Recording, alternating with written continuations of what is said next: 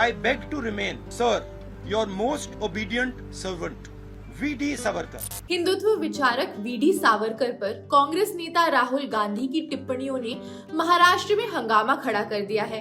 तो उद्धव ठाकरे, जिनकी शिवसेना राज्य में कांग्रेस की सहयोगी है, उन्होंने कहा कि वो राहुल से सहमत नहीं है। सावरकर देश के राजनीतिक माहौल में बहुचर्चित होते जा रहे हैं। हिंदुत्व के आइडियोलॉग ने अपने ग्रंथ एसेंशियल्स ऑफ हिंदुत्व में इस शब्द को अच्छे से डिफाइन किया था। अब आप आइडियोलॉजिकल फेंस के किस तरफ बैठे हैं, वास्तव में उनके पर्सनालिटी के कॉन्ट्रडिक्शंस को समझने के लिए ये बेहद जरूरी हो जाता है। सावरकर के मर्सी पिटिशंस का राहुल गांधी ने जो उल्लेख किया, उसको रखना चाहिए। और अगर सरकार को लगे कि भारत जोड़ो यात्रा को रोक देना चाहिए तो रोकने की कोशिश कीजिए। देश का विरोधी है, हिंदू संस्कृति का वो विरोधी है। वीर सावरकर के ऊपर आप प्रश्न चिन्ह खड़ा करते हो, ये कांग्रेस की मानसिकता है। सावरकर जी की बदनामी करना ये न महाराष्ट्र को मंजूर है न शिवसेना को मंजूर है। उन्हीं पिटिशंस की वजह से उन्हें 1921 में अंडमान के सेल्युलर जेल से बॉम्बे प्रेसिडेंसी के जेल में शिफ्ट कर दिया गया। बाद में उन्हें जनवरी 1924 में इस शर्त पर छुट्टी दे दी गई कि वो रत्नागिरी जिले में रहेंगे और राजनीति से दूर रहेंगे। For the Savarkar, who went into the confines of the cellular jail, had now redefined his ideas, प्रतिशोध के रूप में मुस्लिम महिलाओं के खिलाफ सेक्सुअल वायलेंस की वकालत भी की। हालांकि उस समय के ब्रिटिश दस्तावेजों से पता चलता है कि कैसे सावरकर ब्रिटिश विरोधी बने। उनकी रिहाई के बाद सावरकर ने अपनी सारी एनर्जी कॉलोनियल स्ट्रक्चर्स को तोड़ने के बजाय मुसलमानों के विरोध में लगाया और मेन स्ट्रीम फ्रीडम मूवमेंट से अपने जुड़ाव को खत्म कर दिया। क्रिस्टोफ जैफरलॉ, जो एक फ्रेंच पॉलिटिकल साइंटिस्ट है, उनके एक पीस सावरकर बनाम नेहरू और गांधी राष्ट्रवाद के विभिन्न संस्करण द इंडियन एक्सप्रेस के 3 नवंबर 2022 के इशू, जिसमें हिस्टोरिकल रिविजनिज्म की लहर जो आज भारत अनुभव कर रहा है उसके खिलाफ एक दलील देता है। जैफरलॉ लिखते हैं, जवाहरलाल नेहरू इस प्रवृत्ति के मेन विक्टिम में से एक है। या तो उन्हें इतिहास से मिटा दिया गया है या स्वतंत्रता आंदोलन में उनकी भूमिका और आधुनिक भारत के निर्माण को विकृत कर दी गई है। नॉन प्रोफेशनल हिस्टोरियंस आज दावा करते हैं कि गांधी के बावजूद हथियार उठाने वालों ने आजादी हासिल की। उनमें से कुछ वीर सावरकर और उनके शिष्य नाथुराम गोडसे को असली हीरो मानते हैं, जिन्हें वो कहते हैं हाल ही में लंदन में देखे गए एक नाटक the father and the assassin में प्रोमिनेंटली दिखाया भी गया। This becomes obvious when Jaffarlaw criticizes Savarkar for his endeavor to Hinduize all politics and militarize Hindudom. But why this distrust with Hinduization of politics? Ratnagiri में सावरकर ने untouchability का विरोध किया। उसके बाद निचली जातियों के अधिकारों को बरकरार रखते हुए इंटरडाइनिंग को बढ़ावा देकर हिंदू रूढ़िवादी के खिलाफ एक धर्म युद्ध शुरू किया।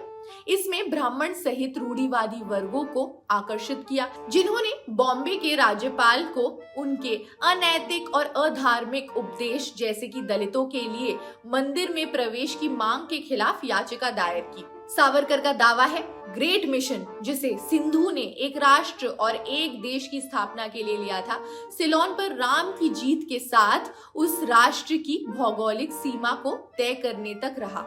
सावरकर का दावा ये भी है कि अकबर का सिंहासन पर आना और दारा शिकोह का जन्म एक नैतिक जीत थी। वहीं सावरकर लिखते हैं कि बौद्ध धर्म के विस्तार के राजनीतिक परिणाम राष्ट्रीय पौरुष और यहाँ तक कि हमारी जाति के राष्ट्रीय अस्तित्व के लिए विनाशकारी थे। Doctor Asghar Ali Engineer memorial lecture के एक रिपोर्ट में प्रोफेसर सरकार ने कहा कि इतिहास के हिंदू राष्ट्रवादी शिक्षण के मूल आधार टू फोल्ड है। ग्रेट हिंदू पास्ट में गर्व यानी प्राइड और मुसलमानों को फॉरेनर्स और आउटसाइडर्स के रूप में प्रस्तुत करना।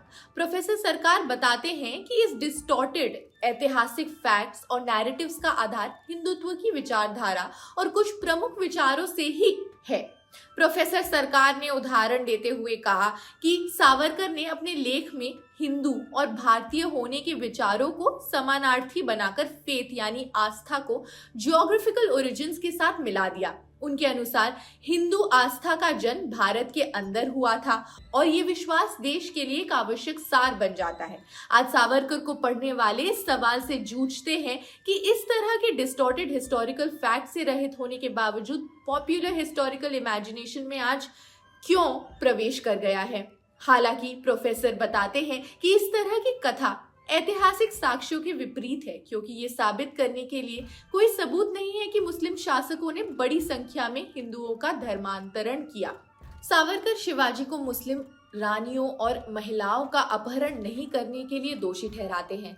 इस तरह के आख्यानों को लव जिहाद के आरोपों के रूप में आज पॉपुलराइज किया गया है। सावरकर अपनी उग्रता के बावजूद एक नास्तिक थे और यहाँ तक कि इस बात पर जोर देते थे कि गाय एक होली एनिमल नहीं है बल्कि एक यूटिलिटी है। हालांकि उन्होंने सक्रिय राजनीति में शामिल होने के बाद ऑर्थोडॉक्स हिंदुओं से अपील करने के लिए अपनी ही बात को कॉन्ट्रडिक्ट किया। आज हिंदुत्व के विचारकों और आरएसएस ने कॉमिक्स और मीडिया सहित पॉपुलर हिस्ट्री के सोर्सेस पर लगातार काम किया। इतिहासकारों और अन्य विचारधाराओं द्वारा इन्हीं सोर्सेस को नेग्लेक्ट किया गया है। आरएसएस ने इतिहास पढ़ाने के लिए अपने कार्यकर्ताओं को प्रशिक्षित करने में बहुत महत्व दिया, जबकि संघ आरएसएस और उसके सहयोगी अपने कार्यकर्ताओं को अपनी शाखाओं में दैनिक आधार पर प्रशिक्षित करते रहे। गोलवलकर ने यहाँ तक कि घर जाने वाली महिलाओं, माताओं, पत्नियों से भी इन पाठों को अपने दलित पड़ोसियों तक पहुंचाने के लिए कहा।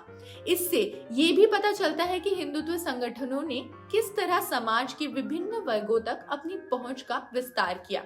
तो कहीं ना कहीं ये सही है कि आज ऐतिहासिक नैरेटिव्स या यहाँ तक कि कॉरपोरेट या एनआरआई समर्थन को प्रभावित करने और आकार देने में आरएसएस और सहयोगियों की सफलता के लिए अकेले इलेक्टोरल विक्ट्रीज मैटर नहीं करते, लेकिन ये सफलता इसके विभिन्न जन मोर्चों जैसे कि वनवासी कल्याण, आश्रम, संस्कार केंद्र आदि के माध्यम से इतिहास के प्रसार के कारण है। फिलहाल इस वीडियो में इतना ही। आप हमें अपने कमेंट सेक्शन में जरूर बताएं आपको ये वीडियो कैसा लगा, और ऐसे अन्य वीडियोस और एक्सप्लेनर्स देखने के लिए जुड़े रहिए जनसत्ता के साथ। शुक्रिया।